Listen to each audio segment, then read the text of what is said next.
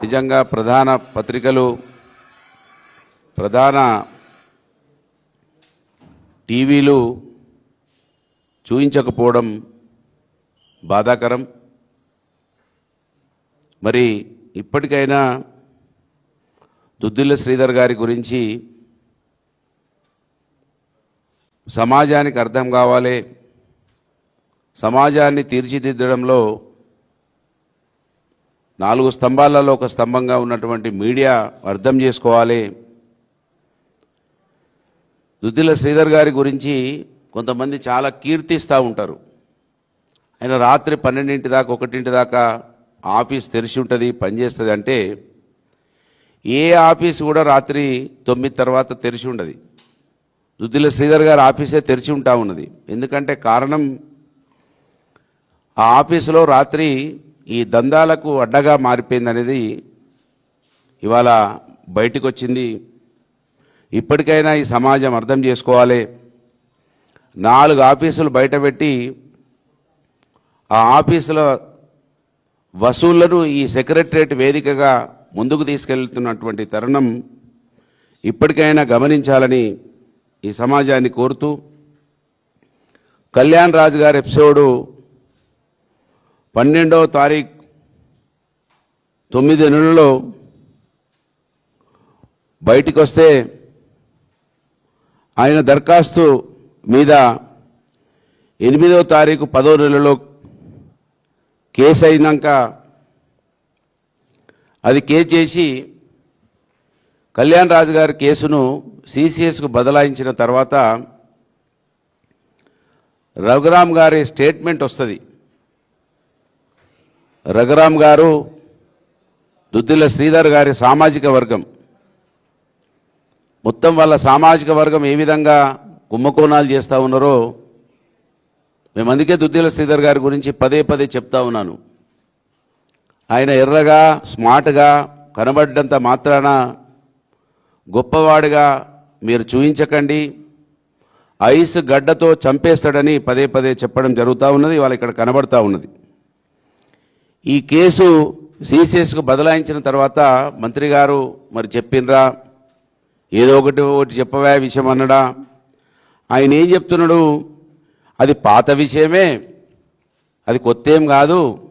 పాత విషయం అంటే పాత ప్రభుత్వం విషయమా? పాత విషయం అంటే 2 నెలల కింద 3 నెలల కింద జరిగింది పాత విషయం అయిపోతుందా? దాని మీద ఏమైనా చర్యలు తీసుకున్నారా?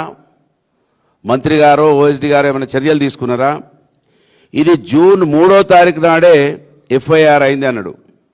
నా దగ్గర ఒక 5-6 ఎఫ్ఐఆర్లు ఉన్నాయి, డేట్లతో సహా ఎఫ్ఐఆర్లు ఉన్నాయి.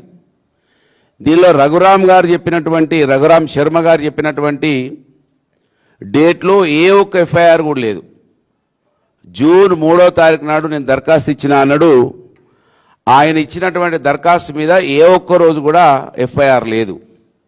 అంటే ఏదో ఒకటి చెప్పి బుకాయించి దీన్ని ముందుకు నడిపేయాలని, దీన్ని ఏది అంటే దీంట్లో ఏమీ లేదని చెప్పే ప్రయత్నం చేస్తూ ఉన్నారు.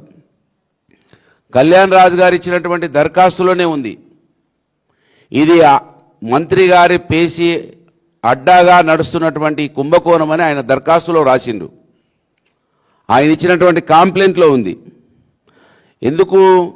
ఎవరైతే ఇవాళ 6-7 ముద్దాయిలుగా ఉన్నారో వాళ్లకు మంత్రి పేసీ నుంచి కార్లకు పాసులు ఉన్నాయి, వాళ్ళని ఎవరు ఆపరు.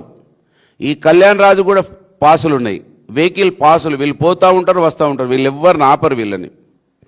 ఇంత పెద్ద మరి పాసులు ఏ విధంగా వాళ్ళకి ఇచ్చిండ్రు, వాళ్ళని ఏ విధంగా లోపలికి రాణిస్తూ ఉన్నారు, పోనిస్తూ ఉన్నారో ఇప్పటి వరకు దీని మీద ఏది కూడా మరి పేపర్లకు ఏం ప్రేమనో, టీవీలకు ఏం ప్రేమనో, గవర్నమెంట్ను నేను డిమాండ్ చేస్తున్నా, దీని మీద ఒక ఎంక్వైరీ కమిటీ వేయాలి.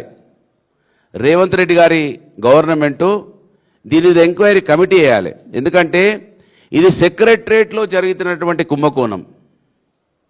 ఎస్సీబీసీల మీదనైతే ఆ కొండ సురేఖ పిఏ ఎక్కడ గన్ను పెట్టిండు ఎవడు చూడలేదు, గన్ను తీసిండు ఎవడు చూడలేదు, ఆమె పిఏని తీసేసిర్రు. ఓసారి ఆ సీతక్క పిఏ ఇసుక కుంభకోణమని ఓ పుంకాలుగా వచ్చింది. ఎస్సీ బీసీల మీద ఉన్నటువంటి దాడి ఇక్కడ ఈ సోకాల్డ్ గొప్పవాడుగా చలామణవుతున్నటువంటి దుద్దిల్ల శ్రీధర్ మీద ఎందుకు ఈ మరి ప్రేమను ఇవాళ ప్రభుత్వం చెప్పాలి, సమాజం చెప్పాలని నేను డిమాండ్ చేస్తూ ఉన్నాను. ఇప్పటి వరకు మంత్రి గారు స్టేట్మెంట్ లేదు, ప్రభుత్వం నుంచి ఖండన లేదు, ఏది కూడా లేదంటే ఖచ్చితంగా దీంట్లో పెద్ద ఎత్తున కుంభకోణం జరిగింది. ఇది సెక్రటరేట్ వేదికగా జరిగింది. దీని మీద ఎంక్వైరీ చేస్తే వాళ్ళ తమ్ముడు దుద్దిల్ల శ్రీను గారు అనేక విషయాలలో అన్ని జిల్లాలో ఎంటర్ అయ్యి వారు కూడా చాలా కుంభకోణాలకు పాల్పడుతూ ఉన్నాడు. ఐటీ కంపెనీల పేర్ల మీద మోసం జరుగుతూ ఉన్నది. ఇక్కడ హైదరాబాద్లో రియల్ ఎస్టేట్ పేర్ల మీద మోసం జరుగుతూ ఉన్నది. అంతేకాకుండా జిల్లాలకు కూడా ఎంట్రీ అయ్యండి వీళ్ళ తమ్ముడు దుద్దిల్ల శ్రీను గారు.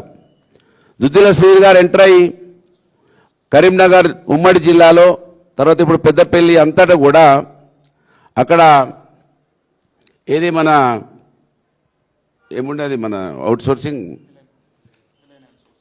కాదు, మన ప్రభుత్వం నడిపించేది, ప్రభుత్వం నుంచే ఏం అవుట్సోర్సింగ్ వారధి ప్రకారంగా ఉద్యోగాలు తీసుకుంటుండే. వారధి నుంచి ఉద్యోగాలు ఎలాంటి రాజకీయాలకు తావు లేకుండా మెరిట్ బేస్ మీద, క్యాస్ట్ ఈక్వేషన్ల మీద వారధి నుంచి గవర్నమెంటే ఆ రోజున్నటువంటి కలెక్టర్ గారు నీతూ ప్రసాద్ గారు కరీంనగర్లో వారు స్టార్ట్ చేశారు. కరీంనగర్ రామగుండం మెడికల్ కాలేజీలో నడుస్తున్నటువంటి అవుట్సోర్సింగ్ ఉద్యోగాలను మొత్తానికి తీసేసి అక్కడ ఒక కంపెనీని ఎంపానల్ చేసిండు దుద్దిల్ల శ్రీను గారు.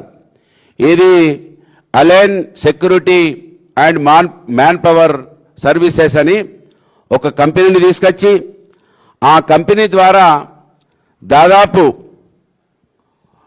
100 పైచిలకు మందిని 5 లక్షల రూపాయలకు ఒక ఉద్యోగం చెప్పున 5 లక్షల రూపాయలకు ఒక ఉద్యోగం చెప్పున అక్కడ రామగుండం మెడికల్ కాలేజీలో ఈ ఏదైతే వారధిని తీసేసి align security and man power services పేరు మీద ఇక్కడ ఉద్యోగాలను పెట్టిస్తూ ఉన్నారు.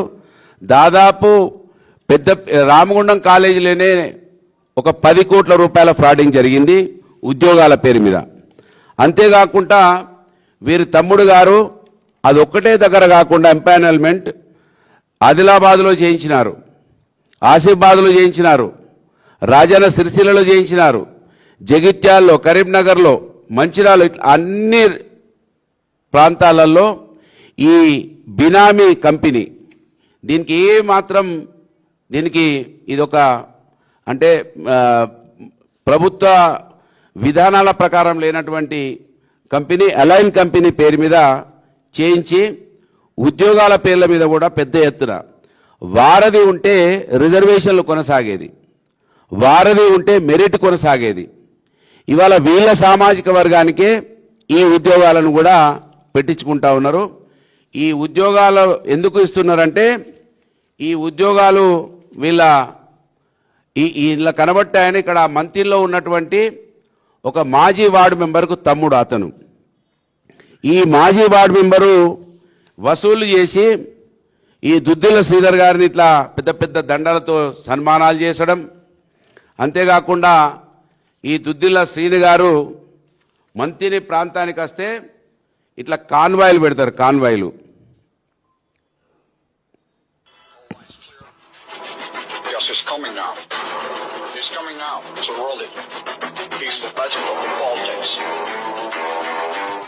కాన్వాయిలు పెట్టి వీరికి పెద్ద ఎత్తున ఈ డబ్బంతా కూడా దీనికి ఉపయోగపడే విధంగా, అంతేకాకుండా వీరికి పోలీస్ ఎస్కాట్లు ఇస్తూ ఉంటారు ఆ ప్రాంతానికి వస్తే. పోలీస్ ఎస్కాట్ పైలట్లు కూడా వీరి వెంబడి తిరుగుతూ ఉంటాయి. ఇవన్నీ చీకటి వ్యవహారాలు. అక్కడ చిన్న చిన్న పత్రికలలో పేపర్లో రావడంతో అక్కడ గోదావరికల్లో జరిగిన ఉద్యోగాల పేర్ల మీద జరిగినటువంటి చిన్న చిన్న పేపర్లల్లో రావడంతో పెద్ద పేపర్ వాళ్ళు పెద్ద టీవీల వాళ్ళు ఎవ్వరు కూడా మరి ఆ మంత్రి గారంటే భయమా లేకపోతే ఏందో ప్రేమనో తెలియదు కానీ రావడంతో పెద్దపల్లి కలెక్టర్ గారు విధి లేకుండా వాళ్ళు ఎట్లయినా ఈ వింటలేరని కలెక్టర్ గారు మీరెవ్వరు కూడా లంచాలు ఇవ్వద్దని ఆయన స్టేట్మెంట్ ఇచ్చిండు కలెక్టర్ గారు.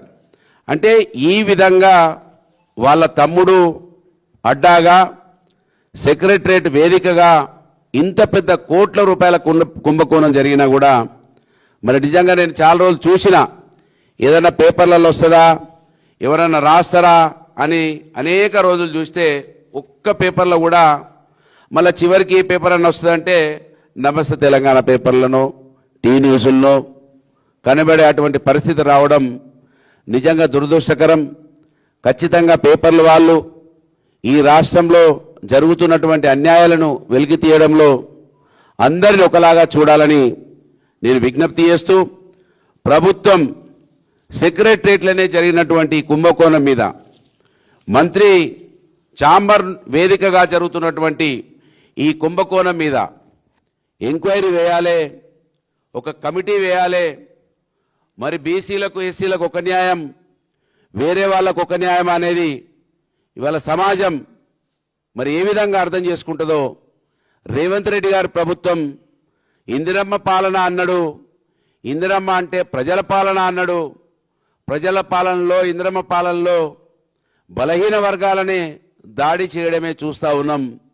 బీసీల మీద ఎస్సీల మీద ఎస్టీల మీదనే దాడి జరుగుతూ ఉన్న తప్ప ఇవాళ ఒక సెక్రటరేట్ వేదికగా ఇంత పెద్ద కుంభకోణం అన్నా తమ్ముడు ఇద్దరు కలిసి జరిపేటువంటి ఈ కుంభకోణం మీద ఎంక్వైరీ వేయాలని మరొకసారి డిమాండ్ చేస్తూ ఖచ్చితంగా ఈ విషయాల మీద మరి అన్ని సంస్థలు కూడా అన్ని రంగాల్లో ఉన్నటువంటి పెద్దవాళ్ళు కూడా ఆలోచిస్తారని విజ్ఞప్తి చేస్తా ఉన్నాను. ధన్యవాదాలు. జై తెలంగాణ.